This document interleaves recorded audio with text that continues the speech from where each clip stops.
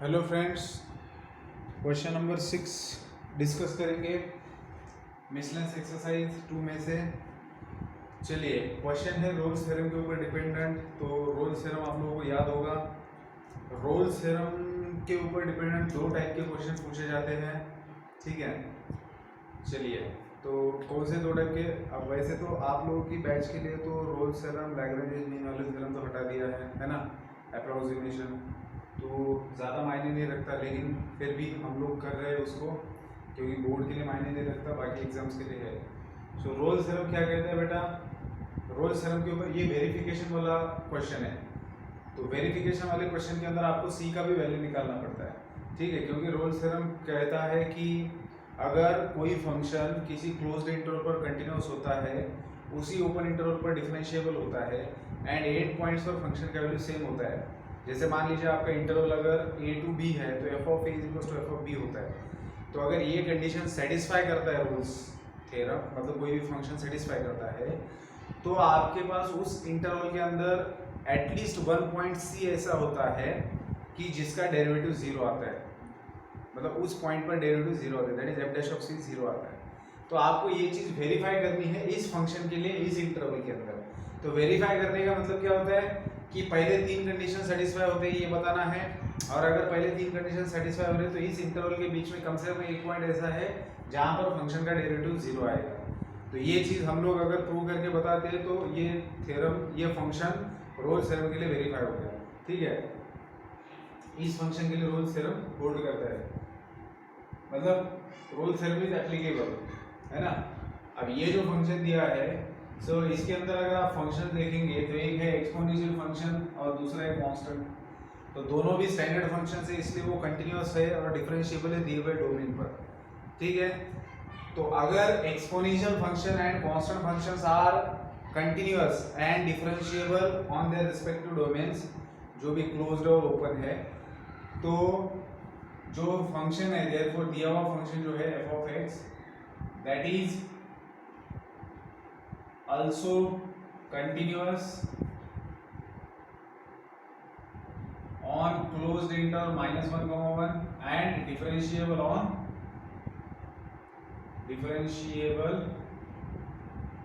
open interval minus 1 comma 1, ठीक है। क्योंकि ये स्टैंडर्ड फंक्शन से बना हुआ फंक्शन है, तो स्टैंडर्ड फंक्शन तो कंटिन्यूअस एंड डिफरेंशिएबल है, तो उनसे बना हुआ फंक्शन भी कंटिन्यूअस एंड डिफरेंशिएबल रहेगा। आगे बढ़ते हैं, थर्ड कंडीशन चेक करते हैं। थर्ड कंडीशन देखनी है f ऑफ -1 का वैल्यू और f ऑफ 1 का वैल्यू सेम आता है कि नहीं। अगर सेम आता है तो पहले तीनों की कंडीशन सेटिस्फाई कर रहा है ये फंक्शन, फिर हम कंक्लूजन को चेक करेंगे। सो f ऑफ -1 का वैल्यू निकालूंगा, so 2 by e raise to -1 plus e raise to minus of -1, that is 2 by e raise to -1 plus e raise to 1। So ये आता है f ऑफ -1 का वैल्यू। अब निकालना है f ऑफ 1 का वैल्यू। f ऑफ 1 का वैल्यू निकालना है, so 2 by e raise to 1 plus e raise to -1। तो ये दोनों भी तो सेम ही तो है, तो इसका मतलब क्या है, therefore f of -1 is equals to f of 1, ये चीज हमें मिल गई। सो बेटा थर्ड कंडीशन भी सेटिस्फाई हो रही है। अब अगर थ्री कंडीशंस सेटिस्फाई कर रहा है तो क्या इस इंटरवल के अंदर, ओपन इंटरवल के अंदर कोई ऐसा पॉइंट है जहां पर डेरिवेटिव जीरो आ रहा है, ये हमें चेक करना है। सो हम लोग क्या करेंगे, हम लोग सीधा इसका डेरिवेटिव लेते हैं और कोई भी एक पॉइंट है तो at x equals to c, वहां पर मतलब f dash of c zero लेना है, in short for any c f dash of c zero आना है। इससे हमें c का वैल्यू मिलेगा। अगर ये c का वैल्यू इस इंटरवल से आता है तो हमारा काम बन गया, है ना। तो f dash of x, f dash of c find out करने के लिए तो f डैश ऑफ x निकालना पड़ेगा, मतलब दिए हुए फंक्शन का डेरिवेटिव। अब दिए हुए फंक्शन का डेरिवेटिव कैसे निकालेंगे, 2 इनटू जो डिनोमिनेटर में उसको न्यूमरेटर में लाया जा सकता है, कैसे, पावर नेगेटिव बन जाएगा, मतलब e raise to x plus e raise to -x है तो होल पावर -1 बनेगा, इसको न्यूमरेटर में लाएंगे। तो बेटा ये तो कांस्टेंट है, ये फंक्शन ही है आपका, ये फंक्शन ही है, डेरिवेटिव अभी निकालना है। सो इसको डिफरेंशिएट करेंगे विद रिस्पेक्ट टू x, तो लेफ्ट हैंड साइड में f डैश ऑफ x लिखूंगा, 2 एज इट इज आएगा और इसका डेरिवेटिव आएगा -1 times e raise to x plus e raise to -x raise to -2, x raise to n का derivative n times x raise to n -1। So उस हिसाब से इसका डेरिवेटिव आया अब बी अंदर वाले का डेरिवेटिव, क्योंकि कंपोजिशन है, पहले पावर का देख लिया, अब अंदर वाले का।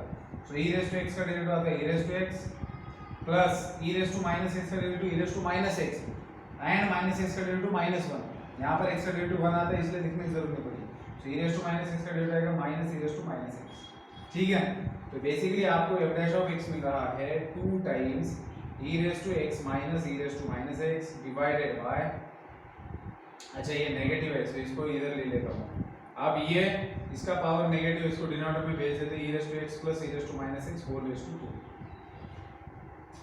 करना क्या है बेटा, f dash of c is equal to 0 लेना है। तो f dash of c is equal to 0 है, हम लोगों ने f डैश ऑफ x निकाला है। चलिए ऊपर वाला हटा देता हूँ मैं, तो x की जगह पर c रखेंगे तो f डैश ऑफ c का वैल्यू मिलेगा।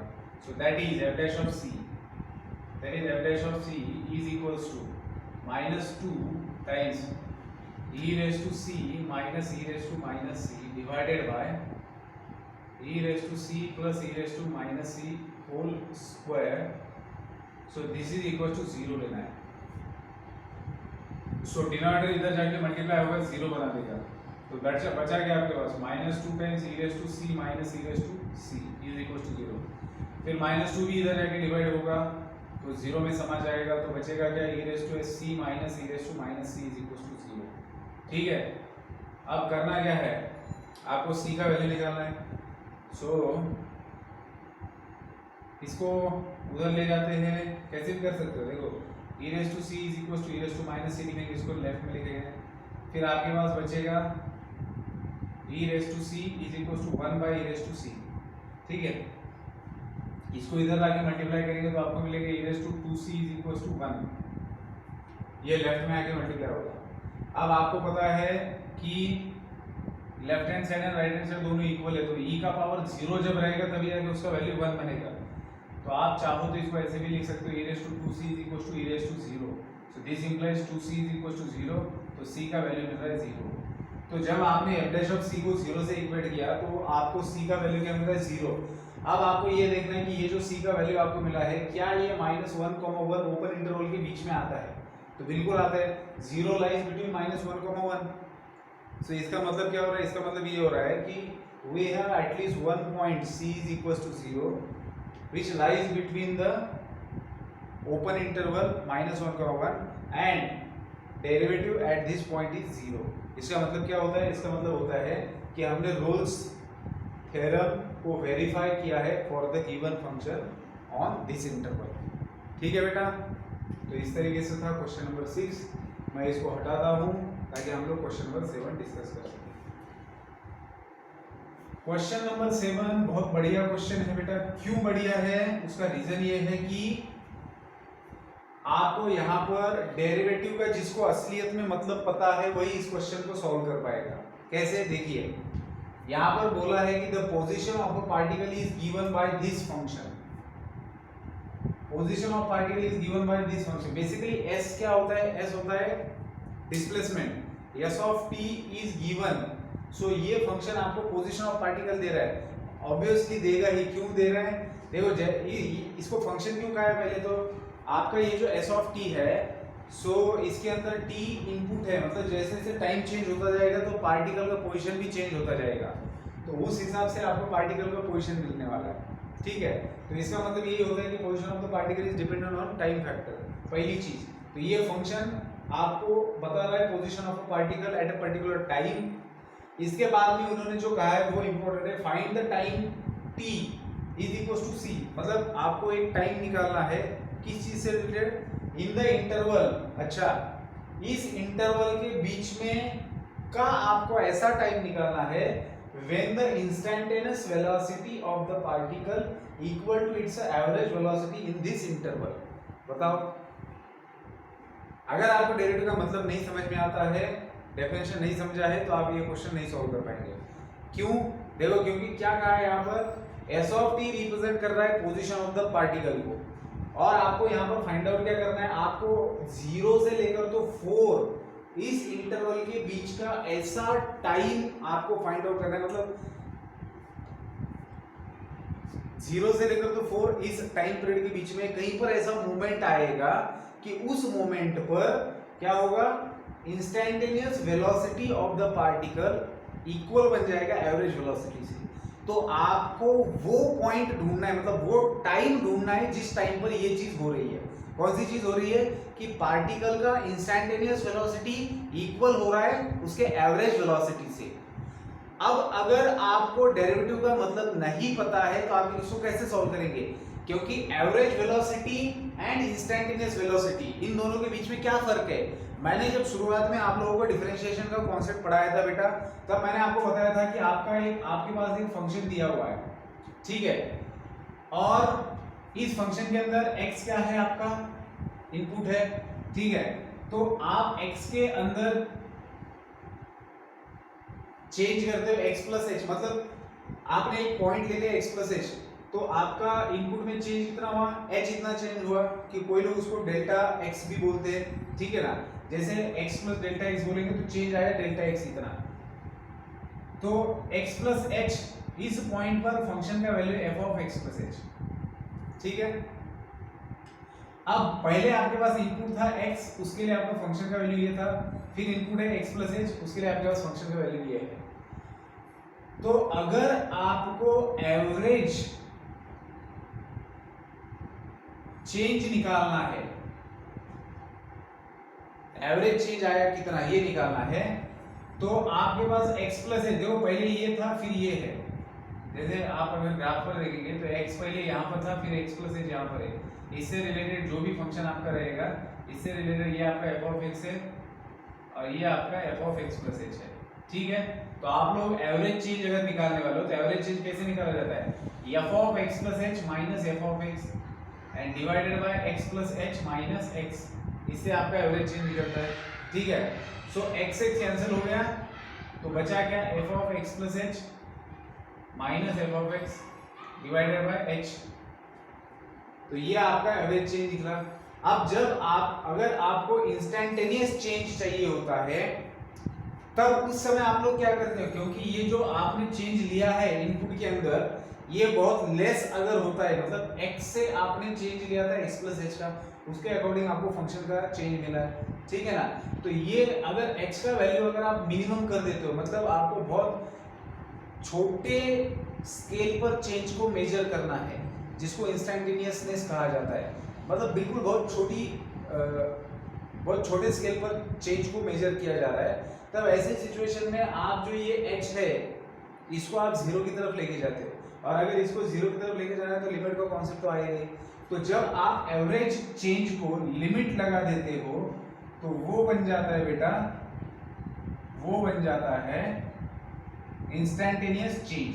सो this is the average change and this is the instantaneous change. लेकिन इसी को कहा है हमने डेरिवेटिव, दिए हुए फंक्शन का ये होता है derivative, that is f dash of x, ठीक है। अब दिए हुए इस वाले एग्जांपल में क्या कहा है कि जो पोजीशन ऑफ पार्टिकल जो भी फंक्शन रिप्रेजेंट कर रहा है तो उसका इस इंटरवल में जो एवरेज वेलोसिटी मिलने वाला है वो किसी समय पर इंस्टैंटेनियस वेलोसिटी से मैच कर रहा है। तो अब ऐसी सिचुएशन में आप इसका एवरेज वेलोसिटी कैसे निकालेंगे, तो चलिए इसकी ओर बढ़ते हैं।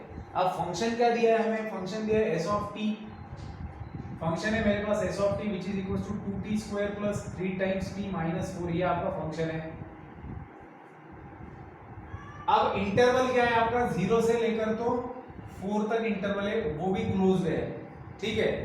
तो आपको अगर एवरेज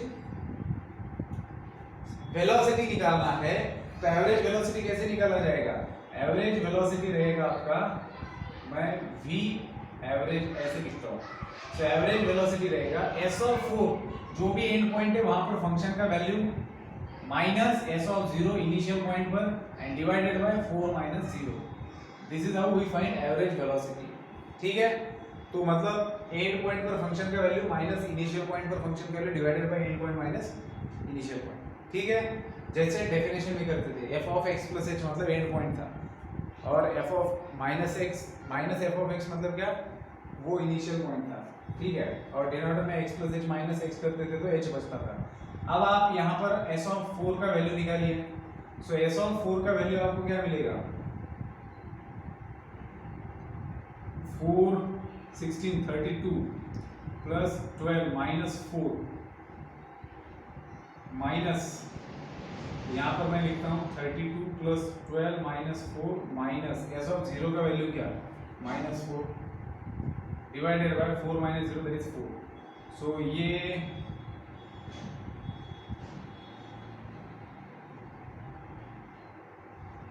ये माइनस माइनस प्लस बन जाएगा, तो +4 -4 कैंसिल हो जाएगा, ये 44 आएगा, 44 डिवाइडेड बाय 4 आपके पास बचेगा 11। ठीक है बेटा। सो एवरेज वेलोसिटी आपको मिल गया 11। अब एवरेज वेलोसिटी आया है आपका।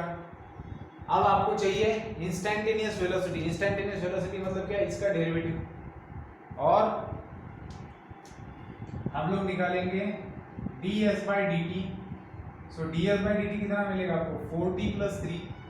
लेकिन आपको कौन से टाइम पर वो निकालना है ये पता नहीं, तो आप t = c ले लो, क्योंकि आपको वही तो फाइंड आउट करना है कि कौन से टाइम पीरियड पर instantaneous and average velocity equal आता है। सो इंस्टैन्टेनियस वेलोसिटी हम लोग निकाल रहे हैं एट c। तो एट c अगर आप मतलब किसी भी टाइम पर इंस्टैन्टेनियस वेलोसिटी कितना है ये हम लोग फाइंड आउट कर रहे हैं। So that will be derivative eight t = c, that is 4c + 3। अब आपके पास कंडीशन क्या है कि आप एवरेज वेलोसिटी और instantaneous velocity at any time आप इक्वल करो। अगर ये इक्वल हो जाता है तो आपको टाइम पीरियड समझ में आएगा कौन सा टाइम पीरियड पे ये इक्वल हो रहा है। तो हमारे पास कंडीशन है कि v average that is average velocity is equals to instantaneous velocity at any point t is equals to c। So average velocity है 11 which is equals to 4c + 3। तो c का वैल्यू मिल रहा है आपको 2। तो जब टाइम आपका 2 रहेगा जो कि 0 और 4 के बीच में आता है, तब एवरेज वेलोसिटी और इंस्टैन्टेनियस वेलोसिटी सेम रहेगा। ठीक है बेटा। तो ये क्वेश्चन अच्छा है, सीईटी में पूछा जा सकता है। तो इस तरीके से था क्वेश्चन नंबर 7 का सॉल्यूशन। चलिए आइए क्वेश्चन नंबर 8 सॉल्व करते हैं अप्रोक्सीमेट वैल्यू का। पॉज करके लिख सकते हो, हटा लो मैं ये इसको।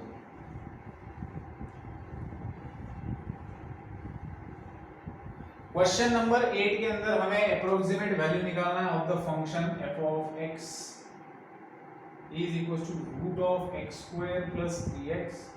कहां पर वैल्यू निकालना है, at x is equals to 1.02। ठीक है। तो फंक्शन तो खुद ही दे रखा है उन्होंने, इसका डेरिवेटिव लगेगा हमारे काम में आएगा। सो f' of x आएगा 1/2 टाइम्स √(x² + 3x) इनटू बाहर वाले का डेरिवेटिव निकला x² + 3x का डेरिवेटिव क्या आएगा 2x + 3। ठीक है। सो f' of x आपको मिला 2x + 3 divided by 2 times √(x² + 3x। चलिए अब हम लोग a और h का वैल्यू लेते हैं। तो इस पॉइंट पर आपको इस पॉइंट के लिए आपको वैल्यू निकालना है, अप्रोक्सीमेट वैल्यू निकालना है फंक्शन का। तो फंक्शन का वैल्यू निकालना है इस पॉइंट पर, डायरेक्ट वैल्यू नहीं निकाल सकते, इसलिए अप्रोक्सीमेट निकालना है। सो हम लोग a का वैल्यू लेंगे 1 जो कि 1.02 का नजदीक है, और डिफरेंस लेंगे 0.02 बचेगा। तो f ऑफ a का वैल्यू क्या मिलेगा, तो f ऑफ x के अंदर f ऑफ a मतलब क्या है, f ऑफ 1। तो f ऑफ 1 का वैल्यू मतलब x की जगह पर 1 आएगा। सो 1 + 3 4 दैट इज इक्वल्स टू 2। फिर f' ऑफ a भी चाहिए हमें, दैट इज हमें चाहिए f' of 1। So f' of 1 का वैल्यू चाहिए तो यहाँ पर डालिए। सो 3 + 2 5, और नीचे इसका वैल्यू तो 2 आता है। सो 5/4। ठीक है। चलिए अब हमारा फॉर्मूला क्या है अप्रोक्सीमेशन का, f of a + h is approximately equals to f of a plus h into f' of a। ठीक है बेटा। तो a + h का मतलब क्या होता है, a और h का एडिशन करेंगे तो 1.02 मिलेगा, और f of 1.02 मतलब value of the function at 1.02, मतलब जो निकालना है वही आएगा। ठीक है। So this is equal to f of a का वैल्यू है मेरे पास 2 प्लस h का वैल्यू क्या है 0.02 इनटू f' ऑफ a का वैल्यू है 5/4। ठीक है। सो 4 से इसको डिवाइड करता हूं तो क्या मिलेगा 0 0 0 4 5 20। ठीक है। 4 5 20 का, तो बेटा 2 + 5 5 25। सो आपको मिलेगा 0.55 25 आएगा, तो 5^2 दैट इज 0.025 मिलेगा। दैट इज आपको आंसर आएगा 2.025। ठीक है। So this is what the approximate value of the given function at this point. हमने दिए हुए फंक्शन का इस पॉइंट पर अप्रोक्सीमेट वैल्यू यहाँ पर फाइंड आउट किया है, ठीक है। तो सही है, सही है, बिल्कुल सही है। चलिए मैं नेक्स्ट क्वेश्चन लिखता हूँ, फिर हम लोग इसको सॉल्व करेंगे। जितने क्वेश्चन बैठेंगे लिख लेता हूँ अभी।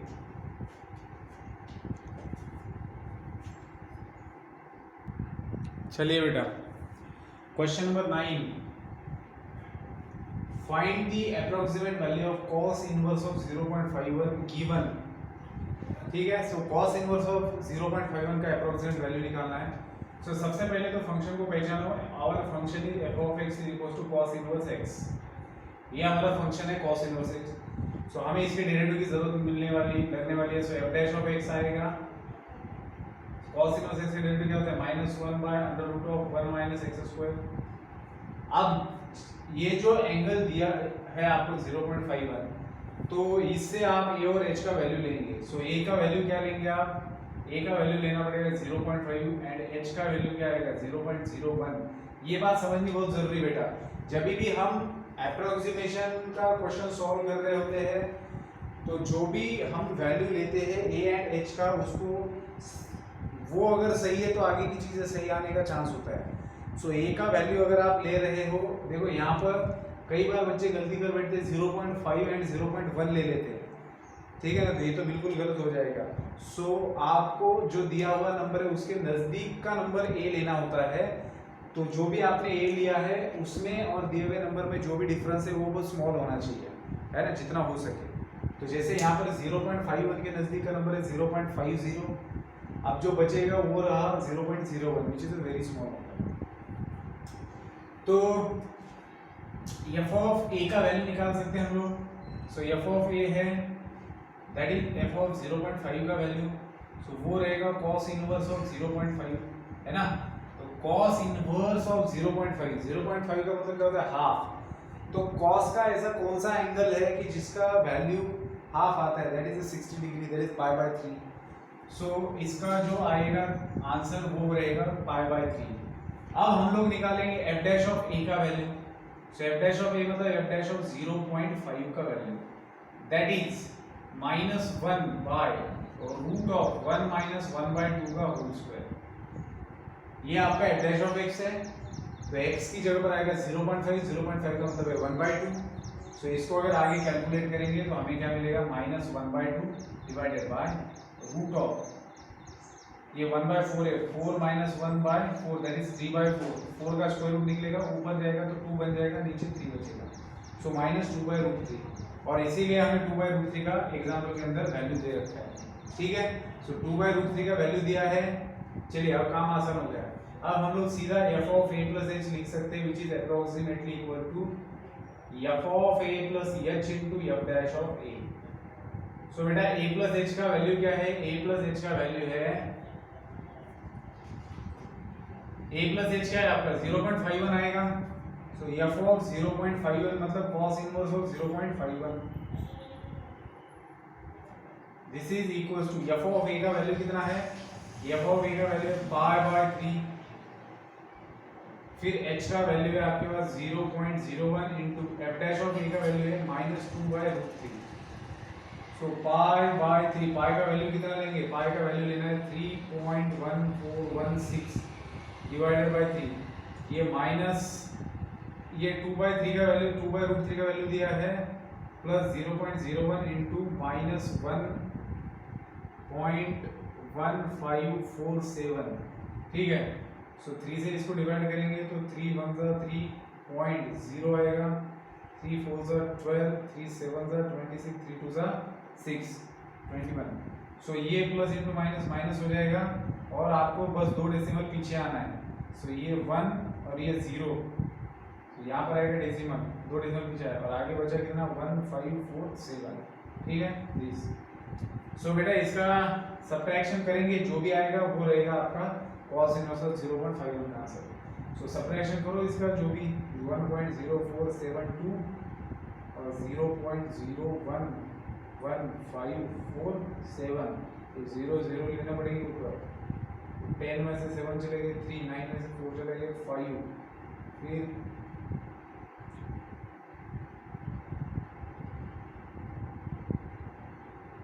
11 में से 5 चले गए 6 में से 1 चला गया 5, 4 में से 3 0, तो ये बच रहा है आपका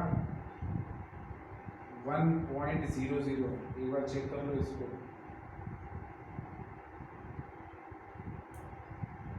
सही है। तो आंसर आ रहा है 1.035653। चेक कर लो, चेक कर देना नहीं, 1.035653 सही है। ठीक है, तो ये अच्छा क्वेश्चन था, ऐसा मतलब शायद एक्सरसाइज में भी देखा हमने, तो लिख सकते हो आप लोग इसको पॉज करके। आगे बढ़ेंगे क्वेश्चन नंबर 10। चलिए क्वेश्चन नंबर 10 के अंदर, क्वेश्चन नंबर 10 हमारे काम का है, क्योंकि अप्रोक्सीमेशन तो आउट ऑफ सिलेबस है बोर्ड के लिए, सीडी का पता नहीं समझ में आएगा, अभी आपके टाइम तो शायद रहेगा। क्वेश्चन नंबर 10 के अंदर find the intervals on which the function is increasing and decreasing. Okay, ये तो एज यूजुअल क्वेश्चन है, बस फंक्शन जो दिया है वो फंक्शन रेज टू फंक्शन है, मतलब लॉगरिथमिक डिफरेंशिएशन अप्लाई करना है ना, जब डेरिवेटिव निकालेंगे।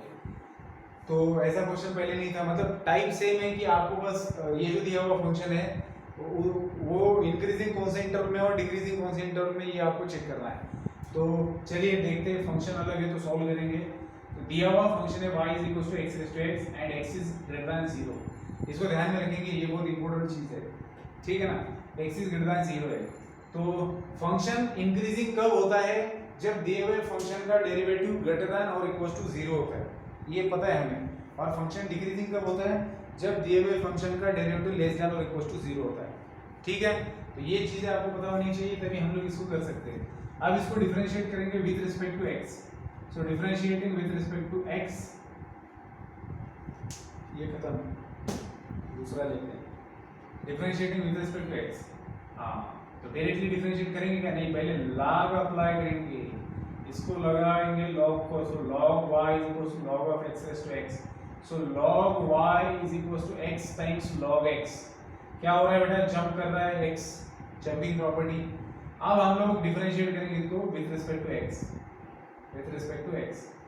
सो डेरिवेटिव क्या मिलेगा, 1 log y का डेरिवेटिव 1 by y और y का डेरिवेटिव dy by dx, और यहाँ पर डेरिवेटिव पहला फंक्शन एज इट इज, दूसरे का डेरिवेटिव 1 by x प्लस दूसरा एज इट इज, पहले का डेरिवेटिव आएगा 1, so x will get cancel, तो आपके पास क्या बचा, dy by dx is equals to y उधर लेके मल्टीप्लाई होगा और यहाँ पर बचेगा 1 plus log x।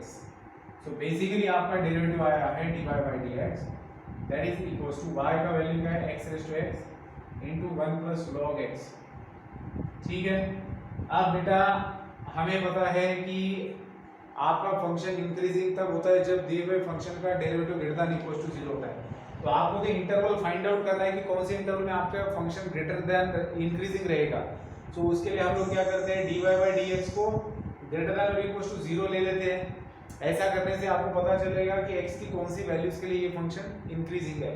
So dy by dx है x raised to x bracket के अंदर 1 plus log x is greater then 0, greater than और इक्वल टू 0। तो x यहाँ पर बेटा दिया हुआ है क्लियरली कि x इज ग्रेटर देन 0। तो अगर x पॉजिटिव नंबर है, दैट इज ग्रेटर देन 0 है, तो पॉजिटिव नंबर का स्क्वायर पॉजिटिव रहेगा, तो इस नंबर से x raised to x से हम दोनों तरफ डिवाइड कर सकते हैं, तो ये हट जाएगा। या फिर आप ऐसा बोल सकते हैं x raised to x इधर जाके डिवाइड करेगा, ठीक है। अब 1 plus log x is greater than और इक्वल टू 0। अब log x is greater than equal to -1, ये 1 इधर चला गया। अब -1 है आपके पास में, सो log x is greater than और इक्वल टू, माइनस को एज इट इज रखो, 1 को आप लिख सकते हो log e, क्योंकि बेस e होता है कैलकुलस के अंदर। अब ये -1 इसके सिर के ऊपर जाके बैठेगा, jumping property, log x is greater than equal to log of e raised to -1। तो आप इसको लिख सकते हो log x is greater than और equal to log of 1 by e। तो देख रहे हो log x is greater than equal to log 1 by e, दोनों का बेस सेम है, तो इसका मतलब क्या हुआ, x must be greater than equal to 1 by e, ठीक है। तो यहाँ पर एक और चीज ध्यान में रखनी है, इनइक्वालिटी लॉगरिथम में कैसे होता है, बेस क्या है देखना है आपको, बेस ग्रेटर देन 1 है या नहीं। तो बेस अगर ग्रेटर देन 1 है तो ये वैल्यू अगर लॉगरिथमिक वैल्यू ग्रेटर है तो ये वैल्यू भी ग्रेटर ही रहेगा, ठीक है। लॉग के अंदर मैंने बताया था आपको पता है। सो x इज ग्रेटर देन और इक्वल्स टू 1/e। अब इसका मतलब क्या हो रहा है कि आपका derivative greater than equals to 0 आ रहा है x की इन वैल्यूज के लिए। इसका मतलब क्या होता है कि आपका जो फंक्शन है वो इंक्रीजिंग है जब x का वैल्यू ग्रेटर देन और इक्वल्स टू 1/e रहेगा। अब ग्रेटर देन और इक्वल्स टू मतलब अपर लिमिट ही नहीं है, ग्रेटर किससे है 1/e से, और ग्रेटर देन और इक्वल टू है तो x belongs to 1/e closed, मतलब 1/e से बड़ा है। अब कितना बड़ा है तो इंफिनिटी तक जा सकता है, और इंफिनिटी तक जा रहा है तो ये ओपन रहेगा। तो बेसिकली ये जो दिया हुआ फंक्शन है ये इंक्रीजिंग है इस वाले इंटरवल के अंदर। अब डिक्रीजिंग ढूंढना है तो डिक्रीजिंग सेम तरीके से ढूंढेंगे। क्या करेंगे, dy/dx इज लेस देन और इक्वल टू 0 लेना पड़ेगा। सो ये बन जाएगा लेस देन और इक्वल टू 0, ये बन जाएगा लेस देन और इक्वल टू 0, फिर ये बन जाएगा लेस देन और equal to -1, that is less than और equal to this, that is less than और इक्वल टू दिस, फिर ये बन जाएगा लेस देन और इक्वल टू दिस, फिर that is x is less than और इक्वल टू 1/e। अब यहाँ पर बेटा इसको हटा दो मैं, ठीक है। अब x 1/e से लेस है, लेकिन हम माइनस इंफिनिटी तक नहीं जा सकते। हाँ जा सकते हैं, क्यों नहीं जा सकते, बिल्कुल जा सकते हैं। यहाँ पर थोड़ी ना लॉग दिया हुआ, नहीं जा सकते ना, x का वैल्यू ग्रेटर देन 0 लेने के लिए बोला है। तो ये भी तो देखना होता है ना, जब आपको पूछ रहे हैं कि ये फंक्शन कौन से इंटरवल में डिक्रीजिंग है, तो जैसे आपने इंक्रीजिंग के लिए 1/e से इंफिनिटी तक चले गए, वैसे यहाँ पर x का वैल्यू लेस देन 1/e लेने के लिए कहा है। मतलब जब x का value less than equal to 1/e रहेगा तब आपका फंक्शन डिक्रीजिंग रहेगा, ये बात बोली है। लेकिन इसका मतलब ये नहीं कि 1/e से छोटा लेना तो माइनस इंफिनिटी तक किधर भी जा सकते हैं। कोई भी क्वेश्चन के अंदर खुद x के ऊपर रेस्ट्रिक्शन डाला कि ये ग्रेटर देन 0 होना चाहिए। तो अगर ये ग्रेटर देन 0 होना चाहिए तो फिर आपका x कहां से बिलोंग करेगा, ग्रेटर देन 0 होना चाहिए, मतलब ओपन इंटरवल 0 से लेकर तो 1/e लेस देन और इक्वल टू, मतलब यहाँ पर क्लोज आएगा। तो इस तरीके से आपका इंटरवल रहेगा जहां से इस इंटरवल में आपका जो फंक्शन है वो डिक्रीजिंग रहेगा, ठीक है ना। एक बार चेक करता हूं मैं, सही है।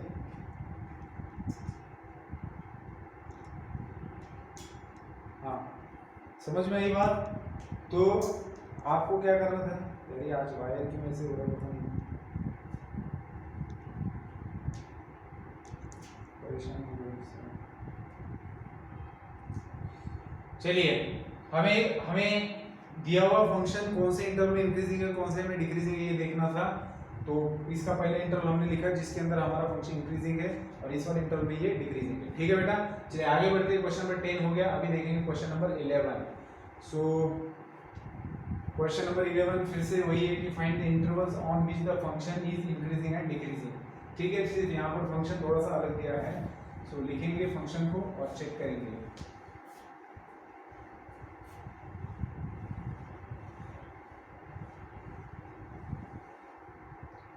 सो बेटा फंक्शन दिया है f of x is equals to x by log x। तो इंक्रीजिंग या डिक्रीजिंग चेक करना है तो f dash of x तो निकालना ही पड़ेगा। सो डेरिवेटिव निकालेंगे u by v से। So denominator as it is, numerator का डेरिवेटिव आएगा 1, लिखने की जरूरत नहीं, minus numerator as it is, denominator का derivative 1 by x divided by log x का होल स्क्वायर। तो x विल गेट कैंसिल, तो f dash of x आपके पास बचा है log x minus 1 divided by log x whole square, ठीक है। अब आपको देखना है कि आपका फंक्शन कौन से इंटरवल में इंक्रीजिंग है और कौन से इंटरवल में डिक्रीजिंग है। So f dash of x आया है, तो उसके लिए हमें क्या करना पड़ेगा, पहले इंक्रीजिंग का देखते हैं। सो f dash of x को ग्रेटर देन और इक्वल टू 0 लेना पड़ेगा। सो आपके पास रहेगा log x minus 1 by log x whole square greater than और इक्वल टू 0, ठीक है बेटा। तो दोनों तरफ log x होल स्क्वायर से मल्टीप्लाई करेंगे तो ये कैंसिल हो जाएगा और इधर 0 बन जाएगा, या फिर आप बोल सकते हैं इसको इधर भी ले जा सकते हैं। तो log x minus 1 is greater than और इक्वल टू 0 बचेगा, ये हट जाएगा। इसका मतलब क्या, log x is greater than और इक्वल टू 1, ये उधर चला गया। तो आप इसको लिख सकते हो log x is greater than और equal to log e log e लिख सकते हैं ना, 1 को लॉग ई लिखेंगे क्योंकि बेस एक्स ई है आपका, तो इसका मतलब होता है कि x इज ग्रेटर देन और equals to e. x is greater than और इक्वल्स टू ई कहा है, और हमने क्या लिया था, derivative greater than equals to 0 लिया था। इसका मतलब क्या कि that is x lies between, देखो ग्रेटर देन और इक्वल है तो क्लोज्ड इंटरवल आएगा, अगर स्ट्रिक्टली ग्रेटर देन होता तो ओपन इंटरवल आता। सो ई से बड़ा है इसलिए ई बनेगा लोअर लिमिट इंटरवल का, और कहां तक बड़ा है तो इन्फिनिटी तक बड़ा है, क्योंकि अपर बाउंड्री में कोई आपको रेस्ट्रिक्शन है ही नहीं। तो आपका जो फंक्शन है therefore f of x is, आप कह सकते हो f of x is increasing for all x belonging to e to infinity, मतलब ऐसे सभी x के लिए जो 1 से e से इंफिनिटी के इंटरवल से बिलोंग करते हैं। ठीक है, सिमिलरली हमें देखना है कि ये कौन से इंटरवल में डिक्रीजिंग है, तो हम लोग क्या करेंगे, लेस देन और इक्वल्स टू लेते हैं। सो सेम तरीके से रहेंगे, लेस देन और इक्वल्स टू, फिर लेस देन और इक्वल्स टू, फिर लेस देन और इक्वल्स टू, यहाँ पर भी आएगा लेस देन और equals to. So x is less than और इक्वल टू e। ठीक है, तो इसको मैं डब्बा बना देता हूँ, ये इंक्रीजिंग के लिए सॉल्यूशन है। अब हम डिक्रीजिंग का नीचे लिखते हैं। ठीक है, so when x is less than और इक्वल्स टू e, अब लेस देन e से छोटा चाहिए, e का तो वैल्यू आपको पता है, e is an irrational number, e का value 2.17 and so on. So 2.17 and so on जो e का वैल्यू है, तो उससे छोटा, उससे छोटे सभी x के लिए ये फंक्शन डिक्रीजिंग है, ऐसा हमें मिला है। लेकिन उससे छोटा कहां तक जाना है, माइनस इंफिनिटी तक जा सकते हैं। कहां तक जा सकते हैं, थोड़ा फंक्शन को देखेंगे। अगर x का वैल्यू हम e से छोटा ले रहे हैं तो x जो है वो log का भी इनपुट है, लॉगरिथमिक फंक्शन का इनपुट है x, और आपको पता है कि नेगेटिव नंबर का log डिफाइन नहीं किया जा सकता। ठीक है, फिर 0 का log डिफाइन नहीं होता, और यहाँ पर तो log x जो है वो डिनोमिनेटर में है, तो x का वैल्यू 1 भी नहीं ले सकते क्योंकि log 1 का वैल्यू 0 है। तो x अगर आपको लेस देन e लेने के लिए कहा है, लेस देन और इक्वल्स टू e, तो इसका मतलब होता है कि x belongs to upper boundary, तो आपका e फिक्स है, e से e या e से छोटा लेना है तो अपर लिमिट तो e फिक्स है, लेकिन लोअर लिमिट क्या लेंगे, तो लोअर लिमिट 0 से बड़ा लेना पड़ेगा, 0 भी नहीं ले सकते। लेकिन एक और दिक्कत है, 0 और e के बीच में 1 भी आता है, जहां पर आपका फंक्शन डिफाइन नहीं होगा क्योंकि log 1 का वैल्यू 0 आएगा। सो आपको सिंगलटन 1 इस इंटरवल में से हटाना पड़ेगा, तो आपका फंक्शन डिक्रीजिंग है इस इंटरवल में, मतलब 0 से बड़े नंबर्स e तक और उसमें 1 नहीं। तो बहुत सारे बच्चे यहाँ पर गलती कर जाते हैं, वो फंक्शन की तरफ ध्यान ही नहीं देते। ठीक है, इसके अंदर कोई दिक्कत नहीं आती इंक्रीजिंग में, लेकिन डिक्रीजिंग में दिक्कत आ सकती है, तो इसको ध्यान में रखेंगे। ठीक है, तो ये था क्वेश्चन नंबर 11 का सॉल्यूशन। नेक्स्ट क्वेश्चन में लिखता हूँ, फिर हम लोग डिस्कस करेंगे। चलिए बेटा, क्वेश्चन नंबर 12 देखो, इस टाइप का एक क्वेश्चन हम लोगों ने देखा है कि an open box with a square base. So box है मतलब 3 डायमेंशनल फिगर है, और बॉक्स जब बोलते हैं तब जिसका बेस स्क्वायर शेप है, तो बॉक्स मतलब आपको क्यूबॉइड को नजर के सामने ला सकते हो, बस क्यूबॉइड के अंदर सारे रेक्टेंगुलर शेप होते हैं, तो आपको बेस को स्क्वायर लेना है, और फिर जो बाकी बचे 4 सरफेसेस है, और ये ओपन बॉक्स है मतलब ऊपर से नहीं, जैसे मैंने पीछे एग्जांपल में कहा था, रूम को आप एज्यूम कर सकते हो ओपन बॉक्स की तरह, छत को हटा देना ऐसे, ठीक है ना, और बेस का जो फ्लोर वाला सरफेस है उसको हमें स्क्वायर कंसीडर करना है। तो ऐसा एक बॉक्स है। So this is to be made out of given quantity of sheet of area. तो आपको जो शीट, जिस मेटल शीट से वो बॉक्स बनाना है, उसका क्वांटिटी फिक्स दे रखा है कि इतना एरिया है आपका, कितना ए स्क्वायर जितना एरिया है, ठीक है, उतना मेटल शीट आपके पास अवेलेबल है। तो आपको उससे वो बॉक्स बनाना है जिसका बेस तो स्क्वायर होना चाहिए, और बात बोलिए कि show that the maximum volume of the box is. तो और आपको एक और चीज करनी है कि आपको उतने ही शीट्स का यूज करके आपको ऐसे डायमेंशंस लेके उसको बनाना है कि आपको वॉल्यूम मैक्सिमम आना चाहिए।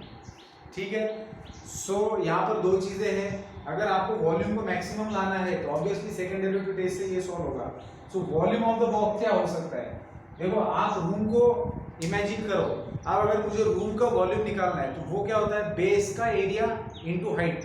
तो बेस में हमारे पास क्या है, स्क्वायर है, तो स्क्वायर का एरिया क्या होता है, साइड स्क्वायर। तो सबसे पहले तो हम क्या करते हैं, डायमेंशंस कंसीडर करते हैं बॉक्स के। सो ओपन बॉक्स के डायमेंशन में let length of side of a square base be x unit and height of box B y unit. ठीक है, so length of the base हमने x यूनिट कंसीडर किया, height y unit consider कर दिया। तो अब हम वॉल्यूम के बारे में बात कर सकते हैं। सो वॉल्यूम ऑफ बॉक्स क्या आएगा बेटा? वॉल्यूम ऑफ बॉक्स जिसको हम v से रिप्रेजेंट करेंगे, वॉल्यूम किसी भी यूनिफॉर्म फिगर का वॉल्यूम क्या होता है? अब क्यूब, ये जो बॉक्स है जो कि रूम के साइज का है, तो ये तो यूनिफॉर्म फिगर है, तो इसका वॉल्यूम क्या बनेगा? बेस में जो भी सरफेस दिया उसका एरिया इनटू हाइट। ठीक है, सो बेस में तो स्क्वायर है और स्क्वायर का साइड में कितना लिया हमने? x लिया है। So area of the base square into height, so x square into h। ये समझ में आया ना वॉल्यूम कैसे आया? ठीक है, सो हाइट हमने h कंसीडर किया था और एरिया, बेस का एरिया आ गया x स्क्वायर, क्योंकि स्क्वायर है वो, तो स्क्वायर का एरिया क्या आएगा? साइड स्क्वायर, तो साइड उसका x है, x स्क्वायर h। अब आपको क्या करना है? इस वॉल्यूम को बनाना है आपको मैक्सिमम। ठीक है ना, तो इसका फर्स्ट एंड सेकंड डेरिवेटिव निकालना पड़ेगा। लेकिन volume of the box is dependent on both this quantities, that is side of the square and height of the box, दोनों के ऊपर डिपेंडेंट है। तो दो आप इंडिपेंडेंट वेरिएबल रखेंगे तो डिफरेंशिएट इसको किसके साथ में करेंगे? इसके लिए आपको क्या करना पड़ेगा? आपको इन दोनों में से एक को कन्वर्ट करना पड़ेगा। तो आपको इसके लिए h और x के बीच का रिलेशन चाहिए, और उसके लिए आपके काम में आएगा सर एरिया। अब मेटल शीट जिससे बॉक्स बनने वाला है उसका टोटल एरिया है a स्क्वायर, और अगर आप बॉक्स को कंसीडर करेंगे तो बॉक्स का सरफेस एरिया कितना आएगा? बॉक्स का सरफेस एरिया आएगा आपका, देखो जो बेस में है आपके पास, बेस में है तो उसका तो एरिया आपको पता है x स्क्वायर है, और जो रूम के जो चार दीवारें है, दीवार जो वर्टिकल दीवार है, वॉल्स ऑफ द रूम है, उनका एरिया क्या रहेगा? क्योंकि आप समझ रहे हो बात को? देखो कैसे बताऊं आपको, इससे पहले ही बताया, ये आपका फ्लोर है, ठीक है, और यहाँ पर आने वाली दीवार।